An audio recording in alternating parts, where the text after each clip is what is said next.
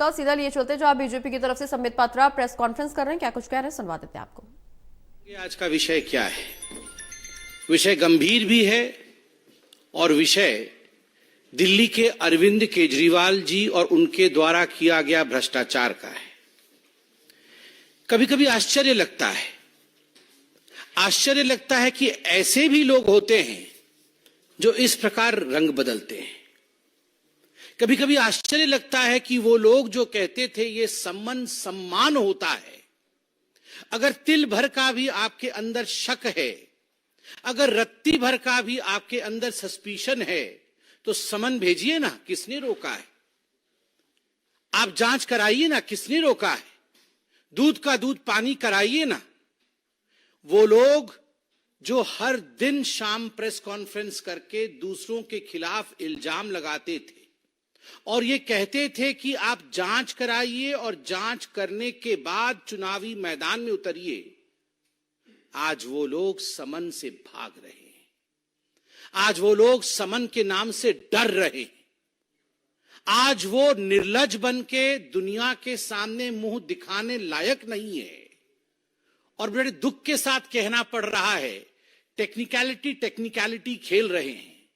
आज हर फ्रंट में उनका पर्दाफाश किया जाएगा। विगत 6 महीने में लगभग 9 समन। The last 6 months has seen approximately 9 summons being delivered to Mr. Kejriwal, अक्टूबर से लेकर मार्च के महीने तक। मगर एक भी समन का सम्मान रखते हुए केजरीवाल जी ने हिंदुस्तान के जो संवैधानिक धारा है, जो संविधान के बनाए हुए ढांचे हैं, ही डिसरेस्पेक्ट्स देम, उनकी मान्यता का सम्मान नहीं करते हैं। ये जांच एजेंसियां कोई पॉलिटिकल पार्टीज नहीं बनाती है। ये जांच एजेंसियां एविडेंस के आधार पर काम करती है। और एक बात बड़ा स्पष्ट कर दूं, इससे पहले कि मैं दस्तावेज यहां प्रस्तुत करूं, जब कातिल कत्ल करता है ना, वो कितना भी होशियार कातिल क्यों ना हो, खून के धब्बे कहीं ना कहीं छुट जाते हैं और अंततो गत्वा कानून कातिल तक पहुंचता ही है। कत्ल किया है केजरीवाल जी ने हजारों करोड़ों लोगों के विश्वास का। कत्ल किया है केजरीवाल जी ने सच्चाई का। कत्ल किया है केजरीवाल जी ने विकास का। और उसके एविडेंसेस, उन खून के धब्बों के छींट चारों ओर फैले हुए हैं और तभी उन्हें समन दिया जा रहा है। उन छींट के कुछ धब्बे आज हम आपको यहां दिखाएंगे, उनके झूठ के पुलिंदे आपके सामने आज हम खोलेंगे। आप जान के आश्चर्यचकित हो जाएंगे, 9 समन 18 बहाने। 9 समन 18 बहाने। आप याद करिए, जब पहला समन आया था तो बहाना क्या था? दिवाली है। जब दूसरा समन आया तो बहाना क्या था? गवर्नेंस महत्वपूर्ण है। तीसरा समन आया था तो बहाना क्या था? मैं विपश्यना करने गया हूं। चौथा समन आया तो बहाना क्या था? असेंबली चल रही है। 5वां समन आया तो बहाना क्या था? मध्य प्रदेश में चुनाव चल रहे हैं, मैं कैसे आ जाऊं जी, मुझे तो भाषण करना है। 9 समन 18 बहाने। मगर ये बहाने चलने वाले नहीं है। कल से टेक्निकल बहाने दिए जा रहे हैं। और वो टेक्निकल बहाने क्या है? अरे, कोर्ट में तो इन समन्स को खारिज कर दिया, कोर्ट में तो हमें बेल मिल गया, फिर किस आधार पर ईडी हमें बुला रही है? फिर किस आधार पर जांच एजेंसी समन भेज रही है? ये जो पहला प्रश्न है, क्या कोर्ट ने इन समन्स को खारिज किया है? जो बार बार आम आदमी पार्टी के सबसे बड़े नेता अरविंद केजरीवाल जो बार बार कह रहे हैं कि ये समन्स इलीगल है। Are they illegal? क्या ये इलीगल है, गैर कानूनी है? चलिए पर्दाफाश किया जाए। यह दस्तावेज है। दस्तावेज क्या कहती है? क्या दस्तावेज है? ये समन्स इलीगल है इन पर रोक लगाया जाए, इस विषय को लेकर अरविंद केजरीवाल जी राउज एवेन्यू के कोर्ट में गए थे। In the court of miss Divya Malhotra, ACMM 01, Rouse Avenue, district courts, new Delhi. ये पहला डिस्प्ले मैं आपके सामने कर रहा हूं। उसमें क्या लिखा गया है? उसमें लिखा गया है, ये 7 फरवरी 2024 का है। स्पष्ट रूप से उसमें शुरू होता है, this is a complaint filed under section 200 of the Code of Criminal Procedure 1973, by way of this order, I shall decide whether there is sufficient material for taking cognizance of the offence under section 174 of the Indian Penal Code 1860 and the grounds for proceeding against the proposed accused Mister Arvind Kejriwal. Court में क्या कहा गया? Court में कहा गया, केजरीवाल जी ने जाके कहा कि जो ईडी ने समन भेजा था वो गैर कानूनी है और इसको विड्रॉ कराया जाए, ये ठीक नहीं है। तो कोर्ट में जज साहिबा क्या कहती है कि ये जो कंप्लेंट आया है, कंप्लेंट क्या आया है कि गैर कानूनी है, विड्रॉ किया जाए। मैं इस पे अभी दस्तावेजों के आधार पर स्टडी करके अपना जजमेंट दूंगी। और सेक्शन 174 क्या होता है? सेक्शन 174 होता है कि यदि कोई जांच एजेंसी आपको समन करे और आप उस समन का सम्मान न करे तो आपके ऊपर कानूनी कार्यवाही हो सकती है। यह सेक्शन 174 है। तो केजरीवाल जी ने कहा मेरे पे कोई कार्यवाही नहीं होनी चाहिए जी, क्योंकि मैं तो राजा हरिश्चंद्र जी हूं और मैं तो कोई गलती कर ही नहीं सकता हूं, और इसलिए ये सब फर्जी बातें हैं। मगर यहां एक्यूज्ड के नाम से जज साहिबा ने उन्हें संबोधित किया और कंक्लूजन में जब जजमेंट दिया, मैं वो पन्ना आपको दिखा रहा हूं और पढ़ के सुना रहा हूं। क्या कहा गया कंक्लूजन में?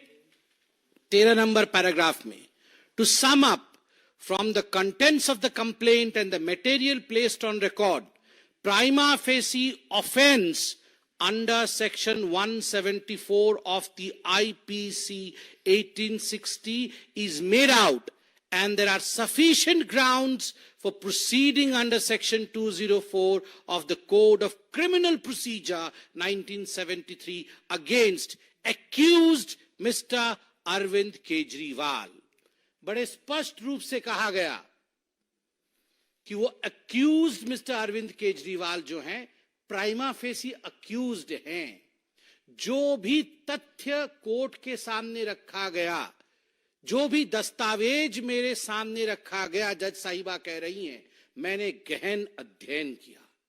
गहन अध्ययन करने के पश्चात प्रथम दृष्टया इसमें कोई शक नहीं है कि जब आपको समन दिया जाए तो आपको समन का सम्मान करते हुए जांच एजेंसी के सामने एक्यूज्ड, आज से मैं अरविंद केजरीवाल जी को एक्यूज्ड बोलूंगा। एके मतलब एक्यूज्ड अरविंद केजरीवाल, ये एक और उपाधि उनको मिली है, AAK, accused Arvind Kejriwal.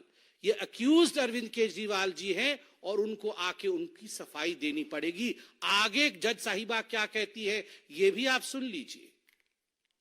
Accordingly, issue summons to accused Mr. Arvind Kejriwal for the offence under section 174 of the Indian Penal Code 1860 for 17/2/2024, announced in the open court today on 7th day of February 2024।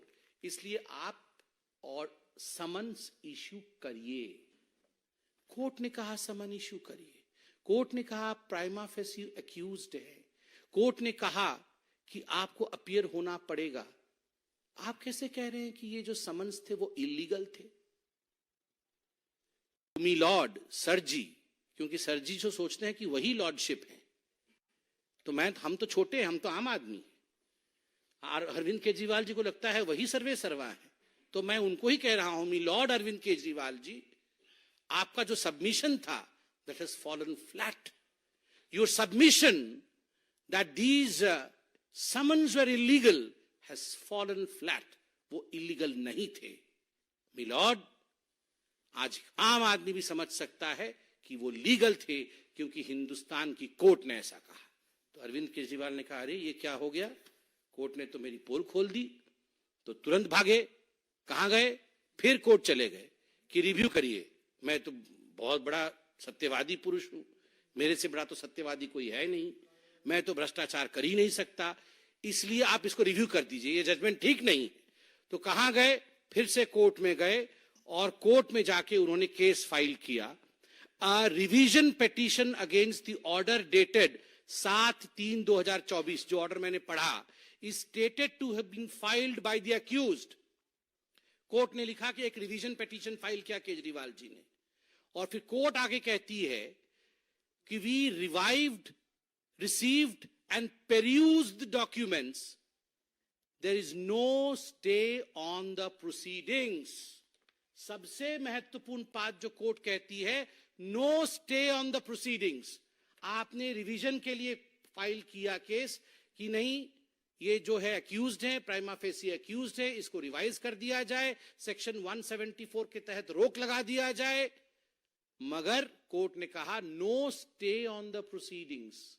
कोई stay नहीं है जी, आप अपने आप को self satisfy कर सकते हो, सेल्फ अटेस्ट कर सकते हो कि मैं सबसे बड़ा सत्यवादी व्यक्ति हूं, किंतु आपको स्टे नहीं मिलता है, आपको आगे जाना पड़ेगा। आगे कोर्ट क्या कहती है, कोर्ट कहती है offence under the section 174 IPC being bailable, accused is admitted to bail upon furnishing of personal bond in the sum of rupees 15,000 with one surety of the like amount. Court कहती है कि आपके stay को हम proceed नहीं, उसको रोक नहीं सकते, कोई स्टे नहीं होगा उसके ऊपर, मगर हां जो समन आपको सरकार दे रही है, एजेंसी दे रही है, आप संविधान रूप से उसमें जाना चाहिए, नहीं जा रहे हैं, उसमें संवैधानिक प्राविधान के अनुसार गिरफ्तारी भी हो सकती है, किंतु हम उसमें, वो बेलेबल है, हम उसमें आपको बेल देते हैं। तो 15,000 के मुचलके पे बाहर है अरविंद केजरीवाल, और उस पे ऐसी मूछे ताव मार रहे हैं जैसे पता नहीं क्या कर दिया। वो तो ऐसे ऐसे मूछे करके कल से बता रहे हैं कि देखो जी मैं तो बेल पे बाहर हूं, मैं तो बेल मिल गया है, मुझे बेल मिल गया है। मतलब जिसको बेल मिल गया है वो कातिल नहीं है, जिसको बेल मिल गया है उसने भ्रष्टाचार नहीं किया। मतलब कुछ तो गड़बड़ी थी ना जो बेल लेने की नौबत आई। अगर आप दूध के धुले होते, पाक साफ होते, तो बेल की आवश्यकता क्या पड़ती। अरविंद जी, आज आप उसी लीग में खड़े हो गए हो जिस लीग में सोनिया, राहुल और रॉबर्ट वाड्रा खड़े हैं। ये भी तो मुचलके पे बाहर है, कोई 15,000 के मुचलके पे, कोई 30,000 के मुचलके पे, कोई 50,000 के मुचलके पे।